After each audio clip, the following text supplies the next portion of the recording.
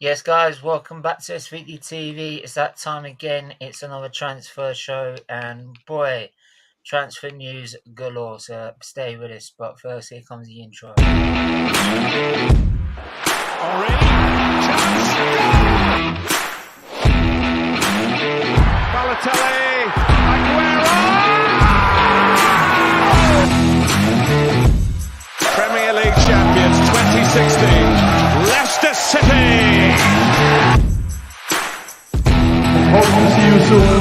Well done. Bye-bye.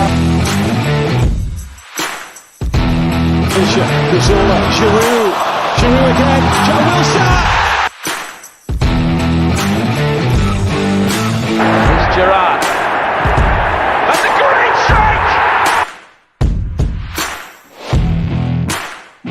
McCracken getting closer.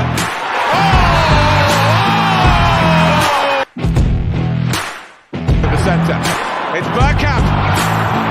That's magnificent. Van Persie arriving. Oh, what a goal! What a goal by Robin Van Persie!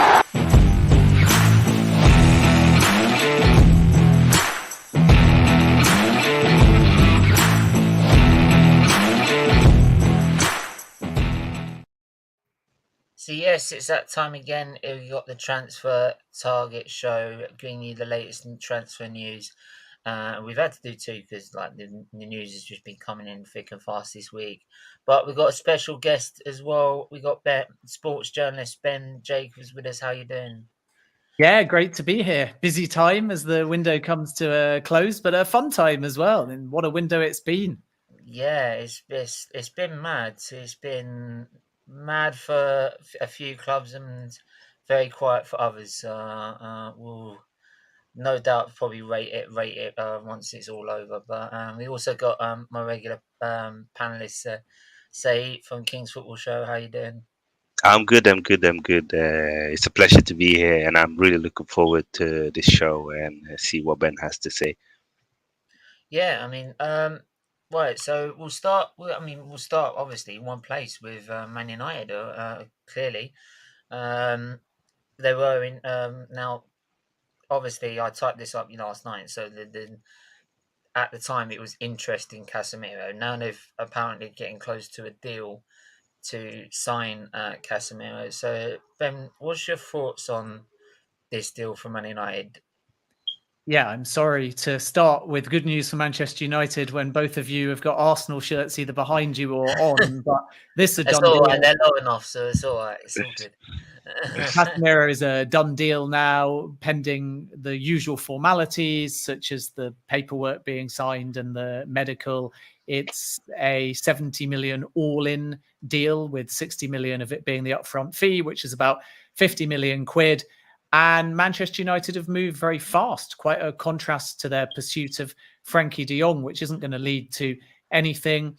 And I think from Casemiro's point of view, at 30 years of age, he just wants a new challenge. Of course, the deal is going to be lucrative as well, which is always a factor, but he will be integral to Manchester United and Ten Hag, whereas Real Madrid are obviously planning for the future and have brought in Tchouaméni a bit earlier in the window. So this is a deal that it's expected now to be wrapped up very, very quickly. Carlo Ancelotti spoke a little bit earlier today and said that the player just wanted a new challenge and he accepts and respects that decision. And then Casemiro only trained for the opening 15 minutes, the warm-up part of Real Madrid's session before leaving. And that's also a clue because it's part of the protocol of the exit that most clubs do once a deal is pretty much done. So Manchester United now know this one is over the line, pending, as I say, the very basic formalities, including the medical, and he will now be a Manchester United player. And in all likelihood, that will be official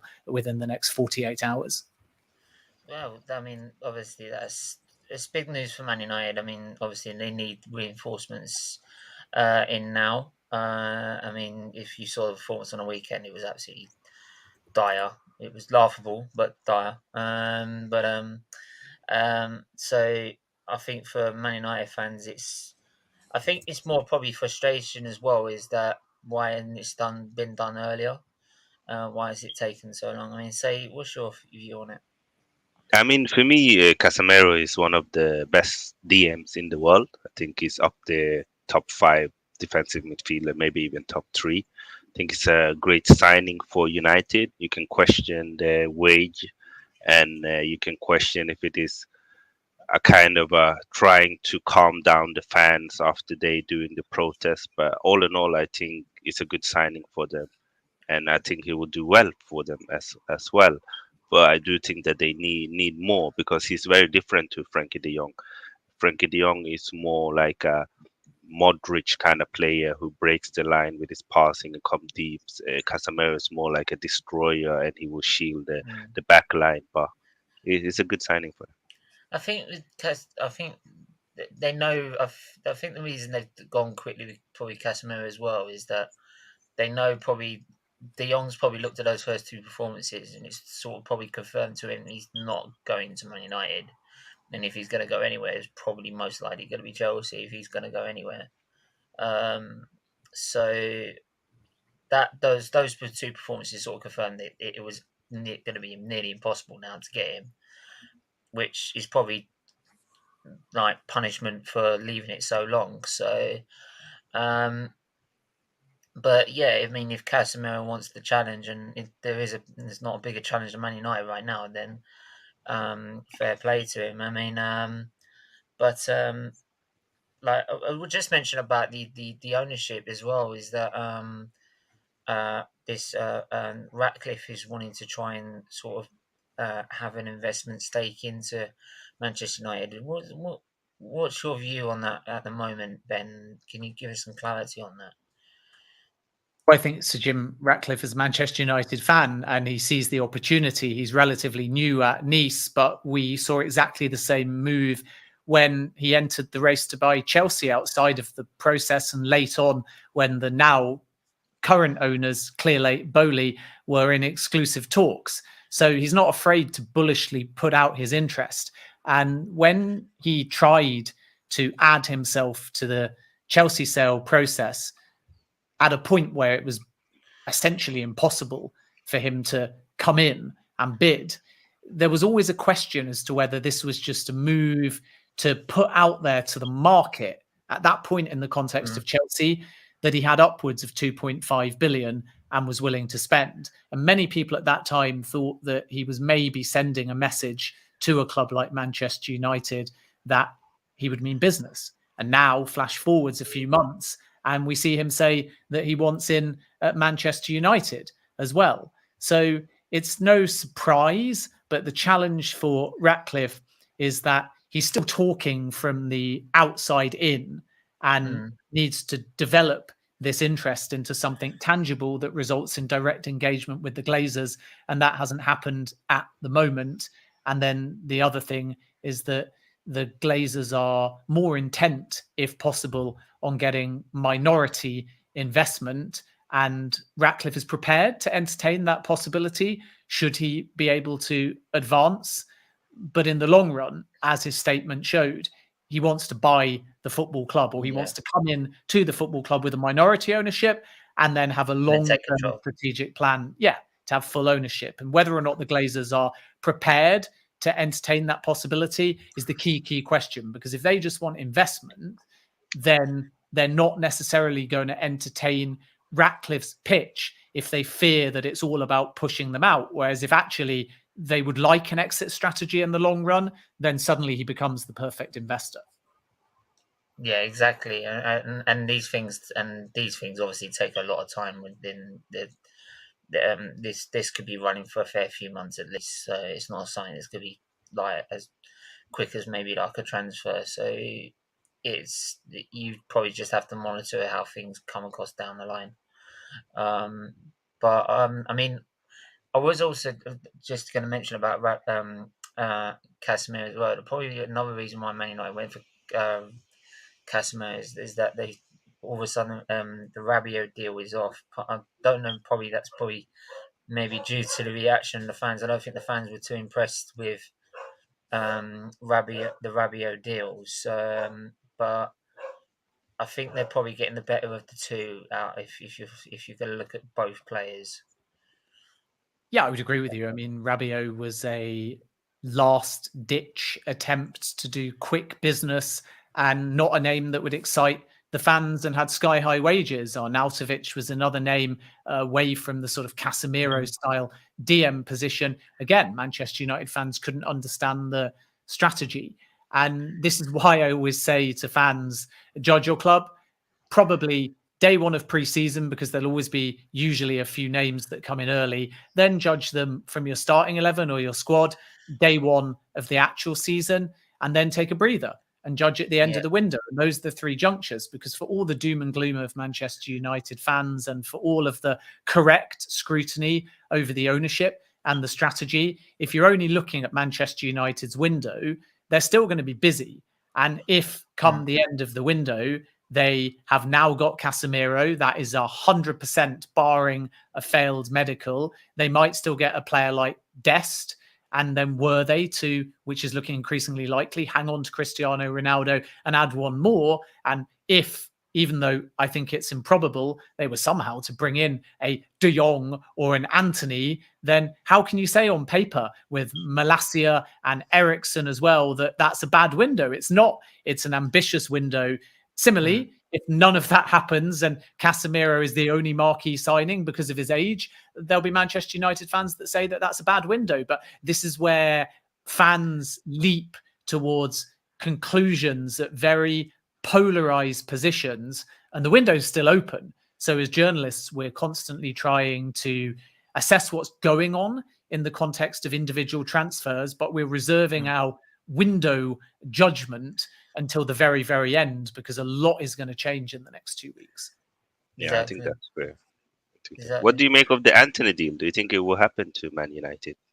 I don't think the Antony deal will happen. The price is not only too high that would be required to make it a realistic possibility, but Ajax have been very clear that they don't want to sell the player. So naturally, everyone's leaning upon the Ten Hag connection and saying that this is a deal that could happen because of manager pull. And it's also very clear strategically that Ten Hag wants players in an ideal world that he knows, and that even if he's not worked with them, as speaking a bit more broadly, fit his kind of philosophy, which is why we're getting a lot of Dutch names or players that he's worked with before. But Ajax are holding firm, and Manchester United have some financial possibilities because they haven't yet spent their allocated budget, but obviously they don't have a Casemiro fee plus an Antony fee plus a De Jong fee plus anyone else that they're looking for in the market. So at this point, it becomes either ors. And I think that from the perspective of Antony, the asking price and the desire of Ajax to hang on to him is making that one look very, very unlikely, if not at this stage in the window, now impossible. The last thing I say about Casemiro, Rabiot deal as well, is what was alarming, is probably alarming for Man United fans, is that he was saying that the wages were he was demanding higher wages. He wanted more than what they were offering, and they were willing to make them the top earner. Now, as far as I'm aware, and this is, bear in mind, I am an Arsenal supporter, so I might get this wrong. So the top earner at Man United is around 400,000 a week. So what were Man United preparing to offer him is what I was probably wondering, if they were going to make him the top earner. But anyway, we'll move over to just like the other side of the city, to Man City, because the interesting news from PSG, they made an offer for Bernardo Silva. I think it's about £59 million, but I haven't heard anything yet about whether Man City are going to accept the deal or not. Was this something that might tempt City to sell and try and get a replacement this late on? Not at this stage. Manchester City have been very clear that Bernardo Silva wants the move to Barcelona, but will not be allowed to leave unless a certain financial is hit. And that is much, much higher than the valuation as far as Barcelona are concerned. So Pep Guardiola has said many times that he's never one to stand in a player's way. But the thing with Silva, unlike, say, Fofana at Leicester, is that he loves it in Manchester and playing under Pep as well. So whereas his preference in an ideal world, if the clubs agree a fee, would it indeed be to join Barcelona, he's not going to push himself out of the club. So that's Barcelona, not PSG. For Silva, Yeah. Barcelona are the club pushing the most. PSG have an interest as well, but it's Oh, Barcelona okay. that are really Okay. chasing Silva the most. I Silva, didn't see the Barcelona bit. That's why. yeah, Bernardo Silva wants Barcelona, not PSG. That's the club that he Yeah. wants to join. That's the kind of active crux of this story. PSG quite like Silva as well, but they know that a deal is very unlikely. And that is the byproduct of the fact that really Manchester City would be holding out for a number potentially as high as 100 million euros, but in all likelihood, at least in the 90 millions. And from Barcelona's perspective, they simply don't have that money. So that has been the challenge in all of this. And then from PSG's perspective, it is true that they also have an interest in the player and they would have stronger financials to potentially make a deal happen. But again, the number that you mentioned is 59 million that PSG are potentially ready to pay. And that is still significantly below Manchester City's valuation, which is probably closer to 70 to 80 million, or as I said before, pushing upwards of 100 million euros. And PSG, despite what people think, are quite bullish when they think that a player is overvalued in the market. And a good example of that is Milan Skriniar at Inter. They agreed a fee with the centre-back, and they then went to the club-to-club negotiations, and Inter said they wanted 70 million euros, and PSG said, no, we're not prepared to pay that. So that just tells you that PSG are not just going to leap up in these crazy incrementals to get Silva done. They're in a much healthier position than Barcelona. And, you know, the final thing to say on Silva is once again that he wants Barcelona. So that doesn't put PSG in the best position either, because he's probably quite prepared to stay at Manchester City if he doesn't get Barcelona. So let's see where PSG go with that. But if they're at 59 million now, they're going to have to add at least 15 million to that number to get an offer accepted from Manchester City. And then it still remains to be seen whether Silva prepares to go. Maybe he decides to wait, stay at Manchester City and see where Barcelona are at in another window or another year's time. I mean, say, I mean, how do you see it for your side of view? I mean, my understanding is that Bernardo Silva likes the lifestyle in Spain and Portugal, and if he could have that lifestyle in Man City, he would never leave probably. But obviously, he likes Man City as a club, and he loves Pep Guardiola, and he's happy to stay and he's happy to leave. It's one of them. Like, two can be one truth, and I think that if Barcelona were to come with 100 million euros bid, he would probably go. And if they can't afford it, he will stay and he will continue to be an amazing asset for Man City. And I think the later it goes, the harder it will be for him to leave, because Man City wouldn't want to lose too many key players in one window, especially a late one. And also have to rush to find a replacement as well. Yeah, exactly. It's kind of like maybe you say, how I was speaking with the Leicester preview about Yuri Tielemans, is that the longer it goes on, the less likely we will get him, because Leicester won't accept an offer if it means they can't get a replacement in time. So yeah, what's your view on the Yuri Tielemans and Arsenal and Leicester bet? Obviously, as an Arsenal fan, we're definitely interested in like Tielemans, but quite any midfielder will do. Yeah, and I mean, there's obviously been a lot of stories around Tielemans and Paqueta now too.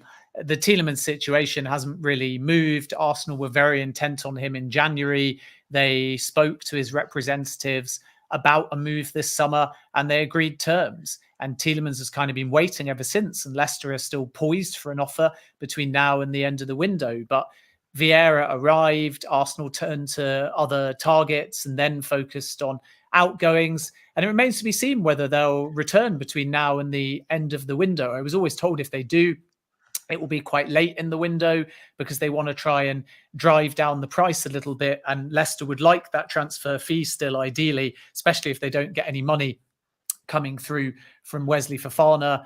And James Maddison is likely to sign a new deal at Leicester too. So Tielemans is the fee that Leicester are kind of privately resigned to taking, because they don't just want to let his contract run down in a year's time. And Arsenal are torn because they know Tielemans wants the move. So it's very much in their control.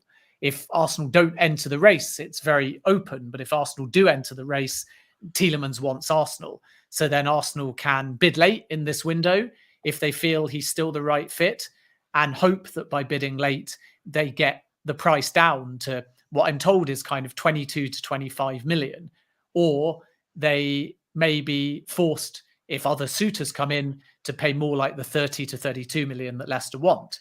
And then, of course, if they're confident that Tielemans wants Arsenal, they may say, well, let's just try and get him either in January or in a year's time when he could move on a free transfer. And these considerations, comparative to other targets and also reliant upon outgoings, are still being discussed at Arsenal. And that's why we've not seen any other movement.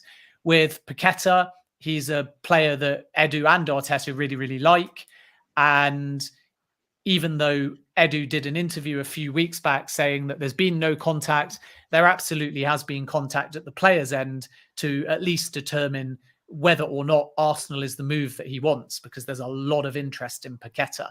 And that's just due diligence. And we wait and see again whether Arsenal move late on in the window. Paqueta's an excellent player who wants a move away now from Lyon, but there is some politics behind this one as well, because Lyon have got a new majority owner, an American by the name of John Textor, and he would rather Paqueta stay despite the player desire, because he thinks buying the football club as the majority owner is all about challenging PSG, and it sends the wrong message to let a player of Paqueta's quality leave. So that's a consideration as well as to whether he will prove a roadblock. But Jean-Michel Aulas, the president at Lyon, has said there's been lots of offers. Nobody from the Premier League. Newcastle are also interested, and Paqueta is great friends with Bruno as well. They and Arsenal have not placed any kind of formal offer. But a lot's going to change, I think, in the next few weeks, because once one formal offer comes in, other suitors are going to have to follow. And then the final consideration with Paqueta is just the price, because although there's this report out there saying that a cut price deal is going to be possible at 32, 33 million, my understanding is still that Lyon want to hold out for 65 million euros, which all in is what, somewhere close to 50 to 52 million quid, if my conversion is right. So it's a little bit higher than perhaps has been reported. And the more suitors that come this late in the window, should they materialize, the higher the price is going to go. And that will be a consideration for Arsenal as well. So I think they're monitoring Paqueta. I think they're monitoring Tielemans. I know that fans hate it when they just hear words like monitoring, but this is the reality of the part of the window that we're at, that Arsenal have got either or options. And given the excellent start they've had to the season, there's no urgency to buy for the sake of buying, and some of their options are also contingent upon outgoings in certain positions as well. And this is why they are looking at options. They'll utilize the part of the window that we're at to move late and thus get the best possible price, because there's certain clubs that really would prefer to sell, particularly with Leicester and Tielemans. They'd much rather take 25 million than nothing. But right now they're saying they want 32 million. So of course, Arsenal, if there's no one else in the mix and they do choose to move, are going to move as late as possible to force Leicester into a decision, a take it or leave it offer a little bit later in the window. And that might be a possibility. But make no mistake, Arsenal are not sitting there at the moment saying we desperately want this name or that name. They're saying we've made a great start to the season. If we're going to move, it has to make a whole lot of sense to us, because unlike other clubs, like Manchester United, for example, there's no panic. There's no urgency. They've already had a very good window. Yeah, that's fair. Yeah. What do you make of outgoings? Like Nicolas Pepe has been linked to a loan move to Nice with their new rich owner. Do you think it's a possibility, or is it just paper talks? Well, Pepe is a tough one, isn't it? Because Arsenal, if they sold him, are just going to lose a ton of money. Loan could well still have an option to buy anyway, so in the long run could be as good as a sale. But Arsenal want to clear Pepe out, that's for sure. There's been historical interest from a few clubs, but it hasn't materialized into anything. Sevilla were one.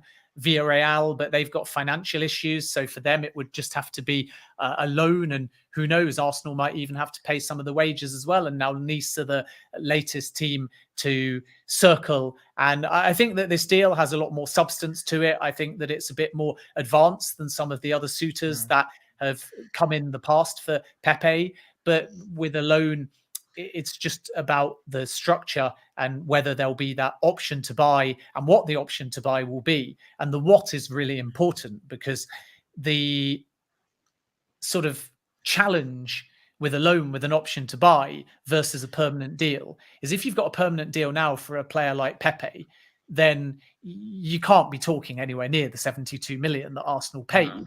So then Arsenal would just be losing money. If you do a loan with an option to buy, then again, Nice's perspective would be, well, that option to buy has to be very, very low because it simply hasn't worked out. And Arsenal would be then coming back to the table and saying, but wait, if you take the option to buy in a year's time, who's to say that he doesn't have a red hot season for you? So then we want something a lot higher. And that's a way of Arsenal gambling on him succeeding at Nice. But if he succeeds at Nice, then they may sell him. And these are the conversations taking place. And right now, Arsenal's preference, I still think, is to offload him, which means if it's a loan, they would still prefer to have that option to buy. But then there's consideration as to what is that option to buy, how high or how low it is. And if you argue it now, it's very low comparative to the 72 million transfer, but the option to buy wouldn't be activated for a season. So then if Nice and Pepe are a partnership made in heaven, then Arsenal would obviously want a bit more money. And that's why it can be quite difficult to negotiate this kind of deal. But there's definitely substance to the Nice loan talks. It isn't only paper talk. And we know 100% that Mikel Arteta wants Pepe to leave before the window shuts in some capacity. I think it's also easy to tell because the lack of games he's now getting. He's I don't think he's hardly been playing at all, as well. So you can see that clearly. And if they can get him out somehow, it would be a benefit, because then we can try and find some sort of replacement that would be useful for us in the long run. So, but I'll also ask about Anthony Gordon as well for Chelsea, because Chelsea have just had a second, I think it's around £45 million bid rejected by Everton. So Everton taking the stance that they desperately want to keep the player. And do you see Chelsea coming back with a possible third bid? And plus, what's your opinion on Everton's? Because they've made some signings, decent signings, I'd say, but obviously they need a striker, because as you can see, they're struggling to get a striker in. So what's your view on that? Well, I think that the Chelsea situation is interesting because they're trying to be as ambitious as they can on both youth level and also senior level too. So that kind of shows you the ambition of the new ownership. With Wesley Fofana, it's being a bit of a saga. The situation is that it may take a world record fee, which Leicester believe to be 85 million, and Chelsea would like to pay under 80 million. And not just because they think that that is a fair offer, but also because they don't want Fofana to be in that Maguire situation in an ideal world, even though it's only an aside and a minor point, where he has that price tag hanging over him. And then on the striker front, Aubameyang is the one that Chelsea think they can get over the line. They believe they've done enough to persuade the player to join, even though Xavi is actually quite keen on keeping him. Chelsea's valuation is around 18 million quid. Barcelona want 30 million euros, which is 6 or 7 million higher. And Chelsea have this confidence that they're going to get a deal of under that number, but there might still be some back and forth needed. But I think that Aubameyang is looking quite likely. And then coming back to your kind of question on Gordon, which was the sort of into this Chelsea talk, I think that his head's been turned. Let's just put it that way. And when a player's head's turned, it's a lot harder for Everton to maintain the not for sale stance, which is what we're seeing with Wesley Fofana as well. So Chelsea are talking about 45 million, but don't be surprised if the structure of the deal ends up not being straight cash, because Chelsea might get more of a bargain by bidding less in cash, but going higher and then offering Everton some players and seeing whether that tests their resolve. So that's kind of where we're at the moment. I think that Chelsea are reluctant to pay 50 million in cash, and Everton's not wanting to sell stance is still quite genuine, but that might be altered if they got Broja on loan going back the other way. So then they get That's what I was striker. going to mention, because Everton are looking at Broja as a striker option. Yeah, but they're not going to get Broja in all likelihood on a permanent deal, or with an option to buy. So getting rid of Gordon, bringing in Broja on loan for a season, if that became a possibility, is going to be quite tough. Like, Chelsea would like to give Broja a new contract, and therefore it's not as beneficial as it sounds just getting Broja for a season if they get no longer term benefit from that and they lose Gordon.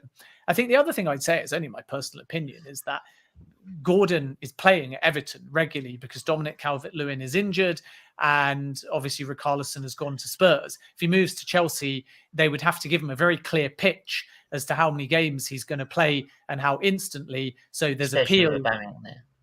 Yeah, I mean, obviously Gordon can play wide right, and Aubameyang can be a central focal point. So it adds up, but it would be contingent, his game time, also on Pulisic going somewhere or Ziyech going somewhere, or both departing. Otherwise, he becomes a squad player.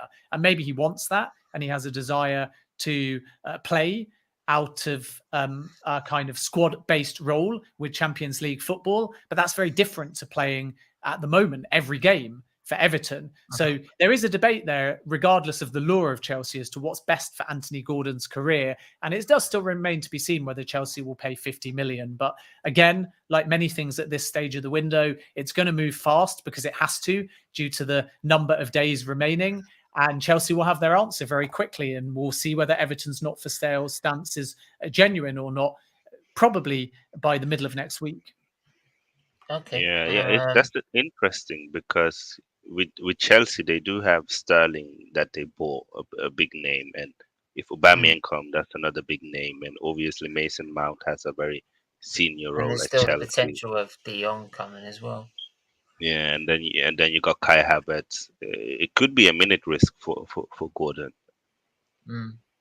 Yeah, it could be. That's what I probably originally said when it first came out, and like the thing with Cucurella, when Man City made their offer, Cucurella saw that as an opportunity. He knew he was going to get probably game time at Man City or even Chelsea, the Chelsea obviously that he ended up going to, but he knew he was going to get game time at those two clubs because he probably was good enough.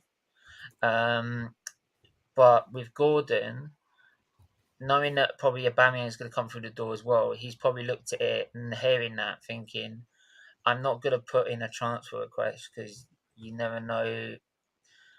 I might go to Chelsea and it might not be beneficial for me for my career because I might not get the game time I need.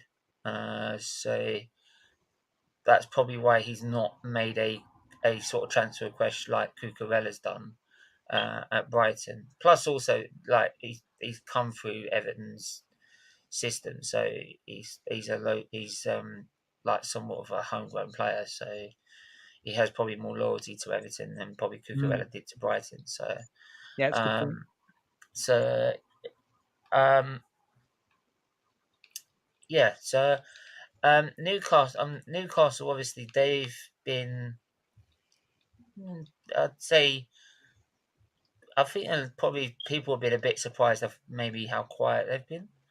In a sense, I thought they'd probably be louder than they were, but they've asked for a £17.5 million bid for Pedro, which has been rejected, and that's from Watford. And now they're also targeting to strengthen their midfield, targeting Conor Gallagher as well.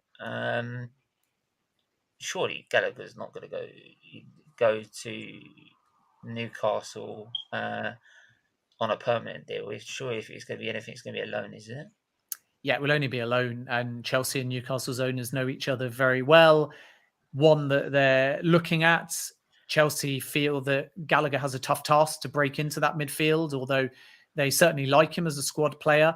And if he replicates the form he showed, particularly in the first half of last season at Crystal Palace, then he's an asset to Chelsea, to Newcastle, to anyone. And the club have got no interest in selling Gallagher. So that one would be a loan deal. The same for Pulisic, who has been vaguely linked with Newcastle as well, and obviously Manchester United as well. There's a slight reluctance on Chelsea's part to sell to a direct rival domestically anyway, and there may be some late interest from Juventus there as well. They've certainly explored the possibility, but they haven't made any offer yet, so they've not followed up on any initial inquiries for Pulisic. But that could still change between now and the end of the window, especially now they know he is available on the market. I'm not surprised Newcastle have been quiet. The new ownership group have been very prudent. They spent a lot of money, far more so than many clubs in January. So they built a nucleus, a core. Matt Targett was loan and now permanent. Bruno was the sort of big signing that's really hit the ground running. Trippier, a marquee name, and it's good to see that he's back to full fitness. Chris Wood, We found Gomez out on the second to last day. We found that one out. Yeah, so really what they're looking for now is only a striker, and they'd like a young striker to kind of blood in to support Callum Wilson and or Chris Wood, and then a creative-minded player, which is why they tried for James Maddison. So that's why they've been quiet. They only want to buy if it's going to add to the core that they've already got. They don't want to move too fast or too foolishly. They've been prudent with the financials. I think that Pedro is still a possibility on their radar. They'll continue to push that deal and see whether anything's possible. But they've been prudent, they've been sensible, and contrary to reports around the Saudi Sovereign Wealth Fund and the large amount of money that they have, the club have always said that they would not cave to agent demands, they would not pay foolish fees, and that's exactly why they have been relatively underwhelming in the market, not for a lack of ambition, but they got what they wanted in January, and they're just not prepared to do too much more unless it's right, particularly for this season, as they look to kind of get from a team that dodged relegation to ended the season on European form. Now they want to consolidate somewhere in the top half of the Premier League or better. And then I think in a year's time, if that plan works for them, it's in 12 months' time where we're really going to see some financial muscle in the market from Newcastle's perspective. Yeah, sounds like a solid plan, actually, which is it's good to see that they're not desperate or they're not going for the flashy names. They seems to have a good strategy plan, Newcastle. It's impressive. Yeah, I think that they made it clear that it wasn't going to be an easy process, especially in today's world of like getting to the top of the division. It takes time. It took Man City time. It takes these teams times now, unlike it was before. So, yeah, I mean, was just one last thing on the actual Everton side. I forgot to mention that as well, is that there is a suspicion about Gray going back to Everton from PSG. Is that possible on the cards, or is that Idris Gueye? Likely? Yeah, I'm just a gay. Yeah, I mean, Everton like the idea of bringing him back, and this is dragged out for a long, long time, but the move is getting closer and closer. PSG have been a roadblock at times, and I think that it's frustrated in many ways Lampard, even though Onana has come in, which alleviates a bit of midfield as far as depth is concerned. But this one is definitely still on the cards. Everton are working. It's not been a routine transfer. It's dragged on for a large part of the window, particularly the club-to-club negotiations with PSG, but they're still there. They're still at the table. They're hoping for a breakthrough. And as I said earlier, the fact that the window is ticking down means that anything that was a saga becomes a very fast conclusion, because both buyer and seller can't mess about. And I'll ask one final question. Any truth in holding to being a Diego Carlos replacement? Yeah, I haven't explored this one, to be honest, in any great detail, but I think that the Carlos situation is obviously going to have to provoke something, isn't it? And that, again, is just what you find when you get to this stage of the window, that Aston Villa are forced to move in the market because of like this Leicester last injury. season when they got Fofana injured. Yeah, exactly. I haven't massively inquired about Holding. I've seen the reports linking them, but it is clear at the Villa end that they're going to have to do something between now and the end of the window. And, if you look at the situation with Holding, that might be one name that they explore. I think he made over 20 appearances for Mikel Arteta last term. But in the first 2 Premier League games, he's been on the bench. So that tells you that there might be a window of opportunity there. I think that the other name to maybe consider is Courtney House as well. So that might be one to watch too. And, I think with the case of House, that might be something that Villa decide to take off the table as far as allowing him to be a outgoing, and then that can give them a bit more defensive depth. So I think if we didn't have the injury, then you would be looking at a loan to probably Watford, but there's a few clubs that have been interested in him. And now you might find that rather than moving into the market, they just become a bit more reliant on a player like him. And if they don't find a replacement, then they've obviously got another defender still on the books at the club. Absolutely. Anyway, I know you got to shoot off to another stream. First of all, it's a pleasure to have you on. Really, really appreciate you coming on. And I hope we probably do another one after the window. We can see how everyone's transfer window has been once the window's all sorted, and we know where everyone is for at least till January. But yeah, it's been an absolute pleasure having you on and giving us your thoughts with us today. Really appreciate it. Yeah, good stuff, guys. Keep up the good work. Enjoy the rest of the transfer window, and good luck to Arsenal for the rest of the season. Oh, yeah, thank you, Ben. Yeah. Sure, you're going to have quite busy days now. Yeah, exactly. Take care. Cheers, guys. All the best. Bye-bye. All the best. Bye. Well, there you go, guys. But look, we're just going to go through the last little bits as well. I mean, I hope Holding goes. Yeah, that would be amazing, honestly. Yeah, I know. Like, then some of his advocates can piss off with him. Yeah, and also when you watch the All or Nothing show and you look at Rob Don't get me Holding. started on 7 and 8, please don't. Yeah, mate. Let's give everyone a holiday for losing 3-0 to Spurs. Light bulb. Sorry. Just don't. I might do an Arsenal gossip column where I go through it all and note everything down and have a rant about it, because honest to God, that last 2 episodes really pissed me off and confirmed everything about this manager to me. Right. So, but I'm not going to go any further because this is a transfer stream. I will talk about it on an Arsenal gossip column at some point. It probably won't be next week. So you're not changing your name to Arteta in there? No, fuck that. It will not be. It will not be Arteta. It will not be Arteta in for a very long time. You know that, because it won't be at any time because we're not competing for the league. So there we are. Look, in the end, I will probably do a review of it.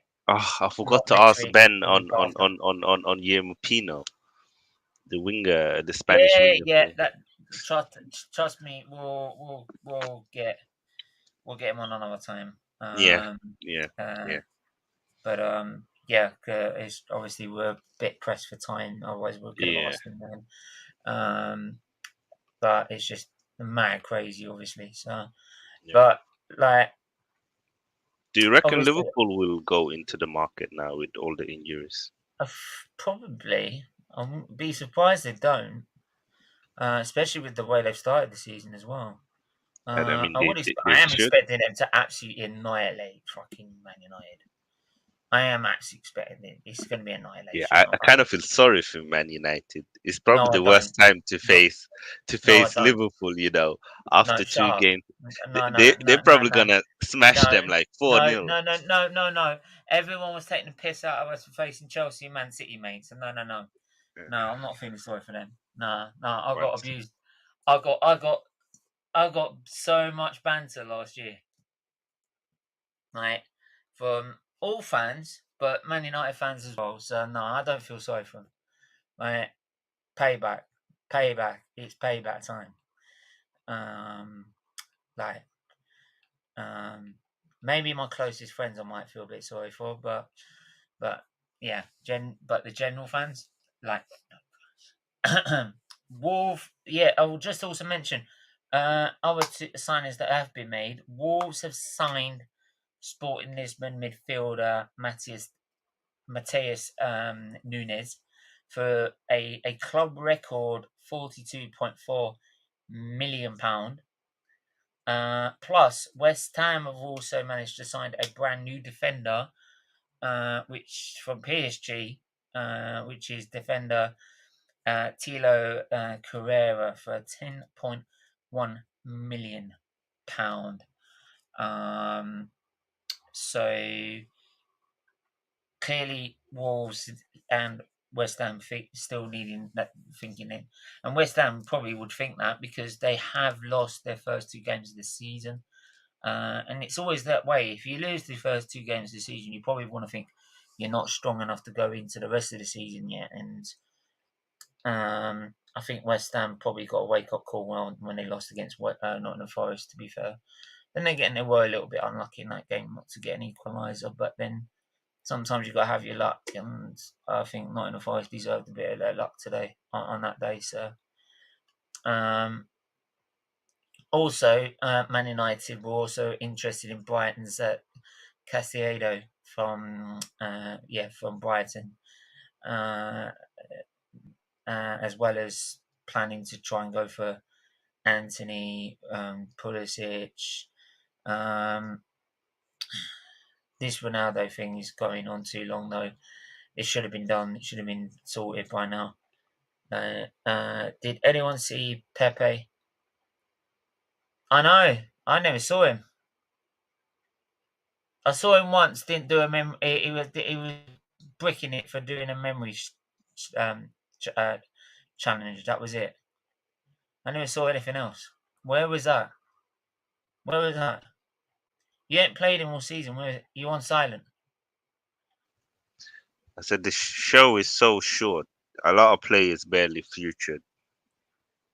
Yeah. Where's We the didn't. whole? We You didn't didn't see. play Pepe I all season. Where's the justification?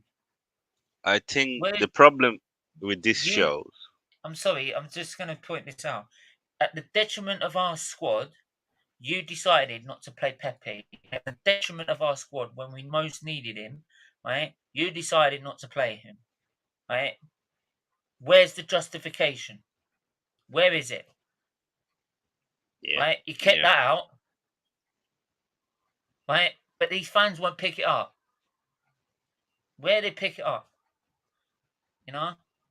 I'm sorry, like that can't be ignored, right? You can't ignore that. And it's like I said, you lose against Tottenham. What did Ten Hag do when like Brentford got hammered Man United?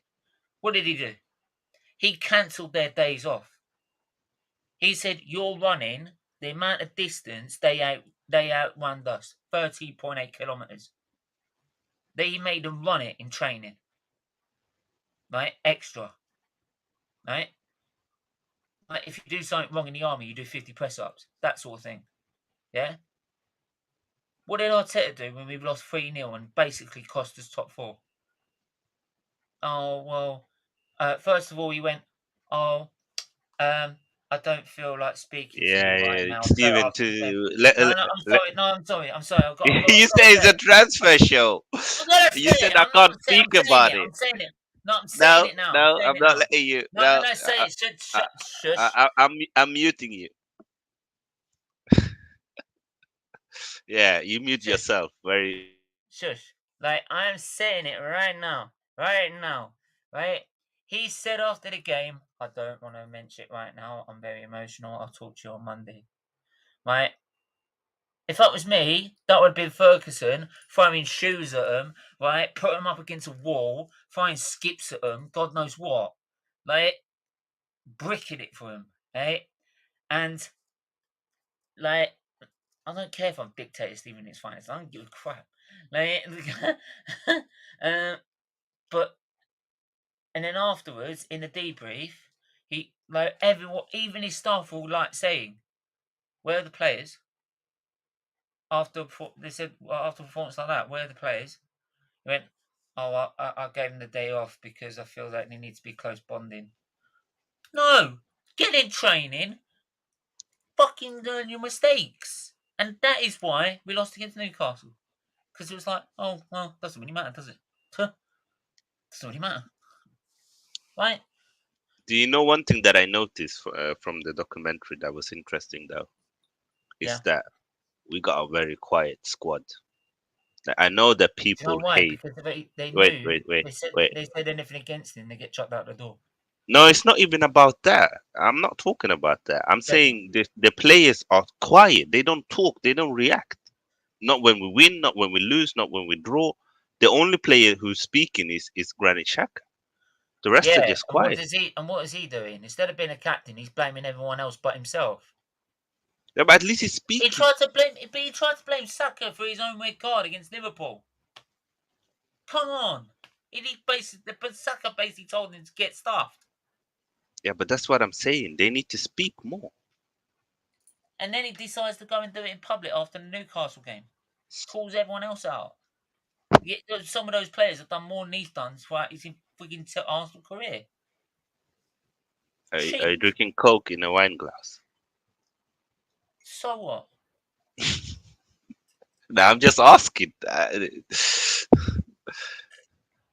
Yeah, you need a drink to calm down. Let's focus on transfer. It's a transfer show. We can do the all or nothing another day. Yeah.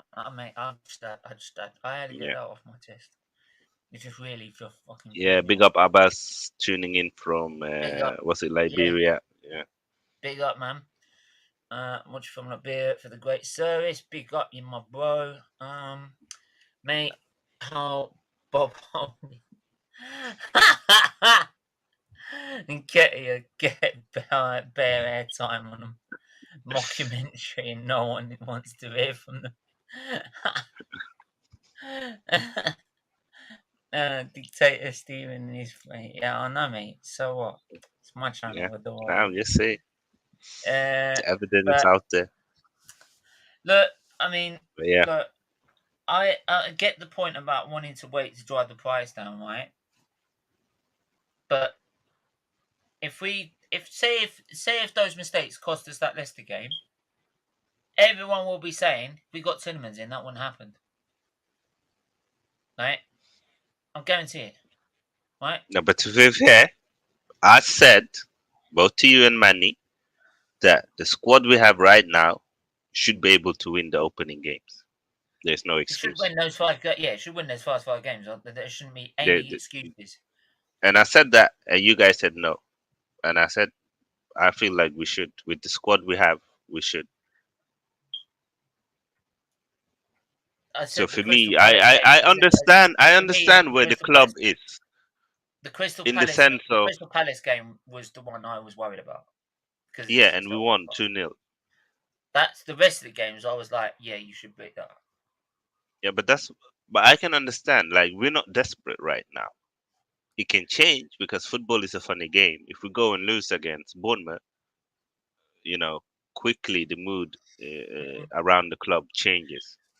So it is a gamble, but I get it. Like the players also have to be able to, But look, with one game a week. I get in, it right in the now. end, in the Yeah, end, like for me, I'll make it very simple for me, right? And the simple thing is, as much as we're talking about the sake of 7 million quid, this stock can spunk 7 million and they wouldn't even notice it, right?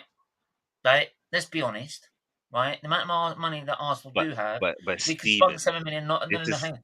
If we could pay off someone's contract at 7 million quid, right? Like for the sake of 7 million quid, right, and getting someone like early enough, right? It just saves the problem because in the end we know we need a midfielder. We know we need a midfielder, right? So for me, I'd just rather him just get in the squad, get himself comfortable, get himself used to the players around him, right? So then he can quickly be integrated into the squad, right? You've got an advantage with Tielemans because he's already in the Premier League, but he still needs to adapt to the squad that's around him. That's why I was not happy with the fact we're having to wait so long, right? But I did, like I said, like I do say this is still the longer we do wait, the more chances Leicester will just go. Well, we ain't got a replacement, so no. no, but they need the money. That's the problem. Leicester need the money. The thing is, Tielemans only got like 11 months left on his contract, so they are desperate. They rather sell him for 20 million 31st of August than let him run down his contract. This is a part of Arteta and Edu failure recruitment strategy.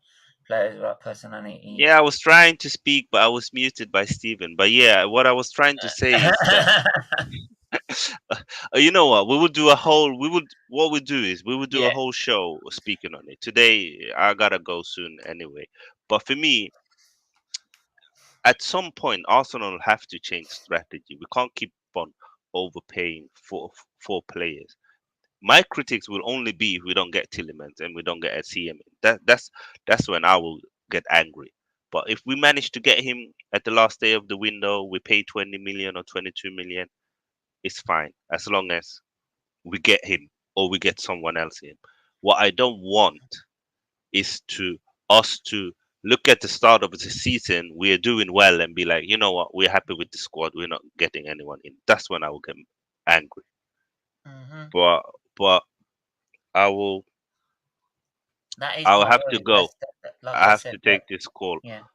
Like Yeah, I said, that is my worry. I did say to you is that if we had a good start to the season, they might think, "Oh, it's all right, we're cool." yeah, That's always been my worry. But yeah. like, yeah, I have to go, mate. we're gonna have to wrap this Sorry. up. Yeah, it was massive ego. No, no worries, man. We're gonna have to wrap this up. Anyway, guys, because I've also got to go as well, because I've got stuff to sort out as well. So, we are live. I'm live on SFeatley F1 at 7. Right, I'm talking about the new rules for F1 in 2026. So, if you want to learn about that, right, please do come and check it out. It's all about sustainability, right? Apparently, F1 will be running on sustainable fuel. Sustainable fuel, right? That will be eligible and worthy of going in road cars. So there you go, right? You just stop oil protests like the British Grand Prix. Yeah, mate, we got the solution. You just had to be a bit patient, right? 4 years time, Formula One will have the solution to the oil problem, but with sustainable fuels. But there you go, with a lot more power, but which is fine. But look, that is on SFeatley F1. SFeatleyTV, we are live at 8:30 p.m. tonight for the EPL prediction show, doing all predictions for all the games for match day 3, not 4, 3. We need match day 3 predictions, 8:30 p.m. tonight. Make sure you join us. Hit the like button, hit the share button, hit the subscribe button. Join the membership from as little as $1.99 a month. Great perks, all available for all the levels. So please do that. All the money goes to Children's Liver Disease Foundation, as you all know. So please do that, and we will be back later on. Until then, take care. Bye bye.